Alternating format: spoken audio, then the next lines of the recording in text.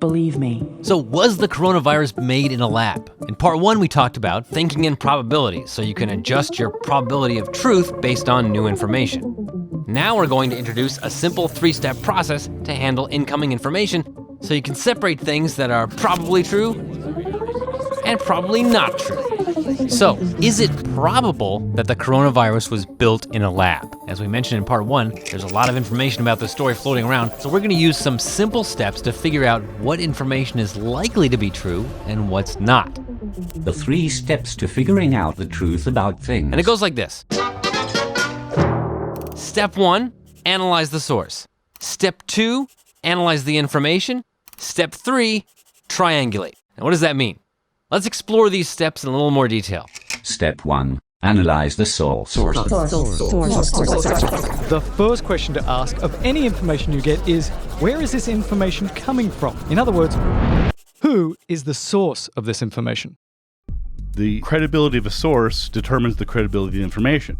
So what you want to figure out is, can I trust this source? If you think about the most trustworthy person to get information from, that would be someone who A, is not lying, B, is not stuck in a brain trap, in other words, someone who thinks scientifically about the claims they are making, and C, someone who knows what they're talking about, meaning someone who knows lots of stuff about that thing you just heard. So, where does that leave us? The most reliable source then is the premier expert, This person knows everything there is to know about the subject you're interested in. who is perfectly honest Never told a lie. and completely unbiased. Completely objective in every single situation. Always. And that doesn't exist. Because we're all human, and we all have biases.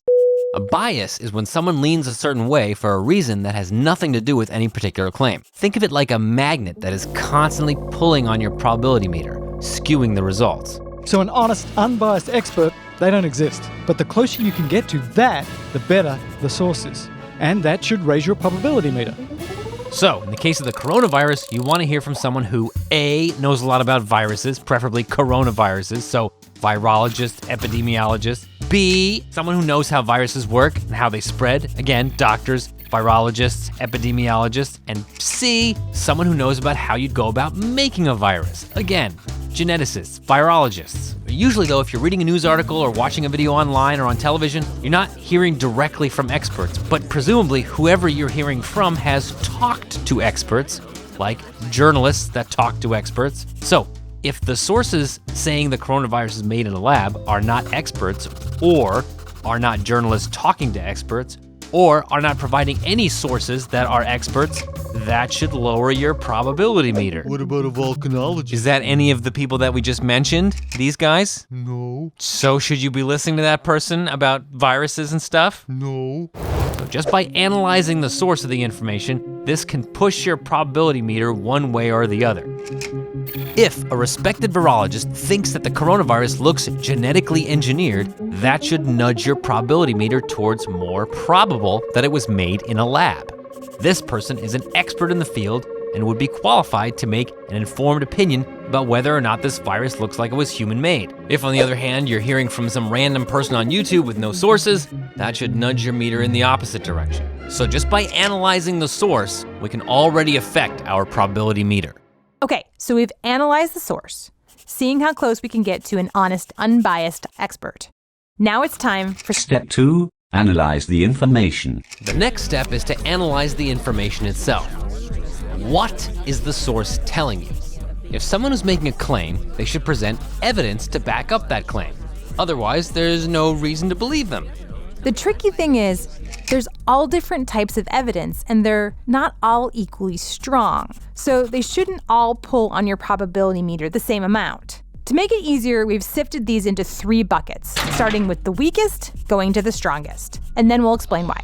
Okay, here they are. Anecdotal evidence, physical evidence, experimental evidence.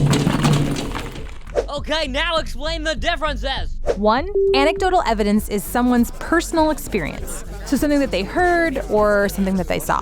2, physical evidence or stuff you can see or handle, like blood samples from infected people or a photograph. Or viral DNA samples. And lastly, there's 3, experimental evidence, or the results of a test. An example would be the outcome of a medical trial, or the results of a crash test. That's why information that comes from an experiment is called experimental evidence. These names are so complicated.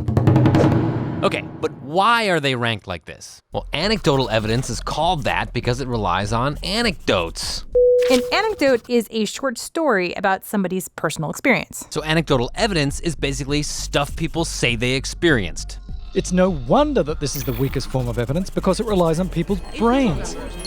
And your brain is the thing telling you what you're experiencing. Believe me. The truth behind what actually happened to somebody can be very different than what their brains think happened to them. This is the big problem with anecdotal evidence. It relies on our brains, which are not always good at figuring out the truth. If this is the only evidence you have, just know that the brain is in there messing with how we experience reality. That's not how I remember it. So, stuff people told you they experienced, pretty weak evidence. It might nudge your probability meter a little, but for some big movement, we need stronger evidence.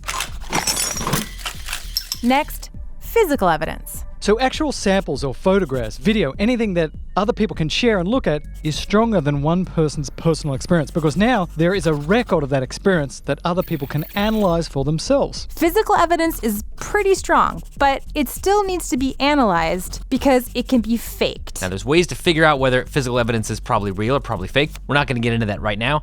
Just know real physical evidence is better than anecdotal evidence, but it's still not the strongest form of evidence. The strongest form of evidence is experimental evidence because you're showing the results of a test. So anybody can replicate it if they have the same materials. So, for example, if a virologist sequences the genes of the coronavirus, determines that it looks nothing like any other known viruses, and publishes a paper on it, anybody can do that same test, sequence their own sample of the virus, and come up with the same result. So whether you're in Germany or China or Japan or India or wherever, you can do the same test and come up with the same result. There's no interpreting of photographs or figuring out if somebody's lying or not. If it's true, it just works. And that's why science relies on experimentation as much as possible to investigate how the world works. So when you read or hear about information related to a human-made virus, it's important to look at the type of evidence presented, not just who's presenting it. Are we talking about anecdotal evidence? People relaying stories about what they experienced or heard? For example, stories about lax security protocols and or Chinese officials suppressing information on the origins of the virus. All worth considering, but the strongest evidence is some sort of experiment that anyone in the world can do. And it turns out there is. The virus's genetic code can be analyzed by any virologist in the world, so expert predictions based on genetic analysis evidence should pull on your probability meter the most. Okay, we've analyzed the source, meaning who is giving us the information.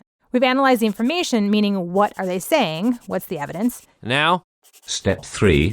Triangulate. triangulate. What does that mean? It's got something to do with triangles. Kind of. It has to do with the number 3. It basically just means using 3 or more sources to home in on what's probably true. When you see a story that looks real and has nudged your probability meter into the probably true zone, the next step is to use triangulation to look for other independent sources that make the same claim. So now, even if you've got one virologist looking at experimental evidence and thinks that the virus is human-made, now we start triangulating. What do other experts say? If a different virologist says it's really unlikely the virus was made in a lab, and another scientist from another university also says it's probably a natural virus, and then more and more scientists independently of each other say it's probably not made in a lab, that should nudge your probability meter. I feel like I don't really know the answer to this question. Ultimately, it may not feel like you know the answer to this question, That's what I'm saying. but that's exactly what scientific thinking is all about.